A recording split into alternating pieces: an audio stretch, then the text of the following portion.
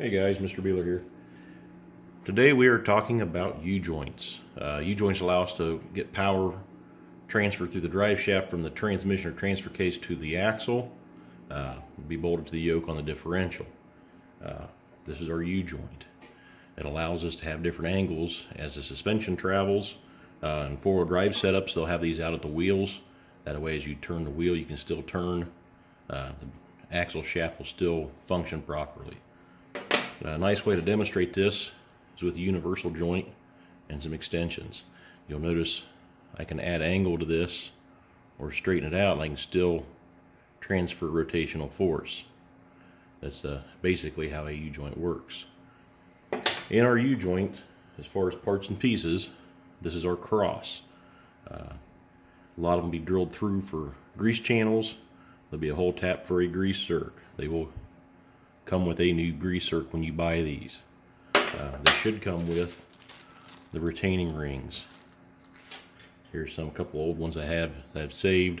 These are what hold the U-joint cap into the drive shaft or the yoke. With that cross, we have the caps. The caps have little needles in them. They go on it, that allows this thing to rotate. There'll be 4 caps on every U-joint. And the 4th one, I have removed the insides. So this is just the plain cap. There's a seal that goes on there to help keep dirt out, keep some of the grease in. And these are all the little needles. These guys are pretty tiny. You have to be careful when you're changing U-joints, these don't fall over inside the cap, because what happens if you get one laying in there sideways, when that goes on, it can't seat all the way, and you won't be able to get the snap ring in to retain that. And what a lot of guys try to do is they try to force it. When they force it, it blows the end of the U-joint out, and your U-joint's junk. In Google Classroom, I will be attaching a video. It's a Chris Fix video. He does a really good job showing how to change these. I would do it, but he's already recorded it, and he's a little more high energy than I am. So we're going to have him show you guys how to change them. If we get back to school, we'll do some in shop, and we'll do some hands-on. You guys actually get to change these.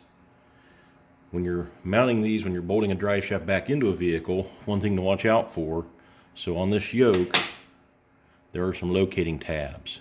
These tabs locate that U-joint in there. So when we install one, it's got to be sitting down in there. If it's not in there, if it's up on top of it, it's going to put this U-joint off center, and it's going to create a vibration. And eventually what happens is that thing works itself apart, cap flies out, drive shaft falls out of the vehicle, and then you've got a pretty serious problem. Now some of these, when they retain these, some manufacturers use straps. So you'd have a strap that goes on, is bolted down, and holds it in. Other manufacturers use what looks like a miniature U-bolt. Slides in through the holes, nuts go on, and that holds the U-joint down. Now, to tell if these things are bad, as they get worn out, here's my one with the needles out of it, you end up with play in these. So this is kind of simulating that if the needles were worn out. I've seen them get worn down where they just kind of turn into rust dust. There's nothing left of the needles, they're gone. I've seen them where the end of the machine end of the cross is worn down to a nub.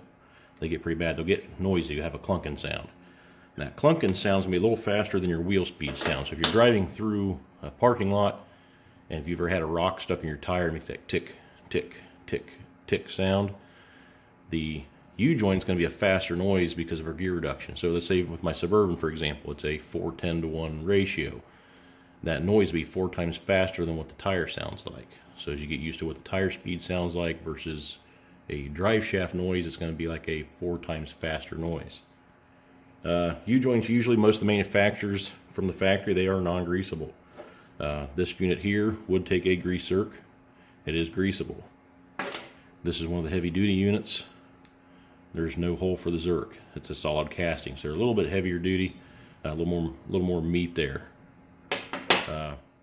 The grease ones are nice. You can grease them. You can purge a little bit of the grease out. So if it's something you run off road, maybe you get under water gets in there, you can purge it. It'll push that stuff out when you grease it.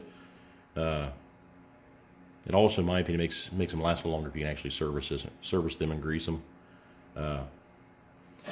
Damage-wise, I have broken my share of U-joints over the years. This axle shaft is out of the front of my Jeep Wrangler Rubicon. This is the other half of it. When we get into the four-wheel drive systems and gear reduction and gear ratios, we're going to talk about torque multiplication and what it can do to stuff. So this is one, we are off-roading in northern Kentucky. We're doing a hill climb, come up to a rock ledge, and my tire bit underneath the rock ledge. Instead of biting in and climbing over, it dug in, and the U-joint was the weak link, and it snapped the U-joint. So they can fail, they can break. Usually they'll wear out and you have noise in them, and that's what the customer is going to complain about. So in the attached Google Classroom, watch the Chris Fix video. He does a really good video on how to change these U-joints. He uses the hammer method and the press method. The press method, I like it better. It's a lot smoother setup. Those presses are the same presses we used in steering suspension for ball joints. So if you buy one of these, you can buy them. You can get the high dollar ones from the brand name people. You can get them from Harbor Freight. The Harbor Freight ones are fairly cheap, and they work for doing ball joints. The hammer method works too. You just have to be careful that you don't damage the U-joint hammering on the drive shaft. Next video, we're going to talk about drive shafts. So I will see you then.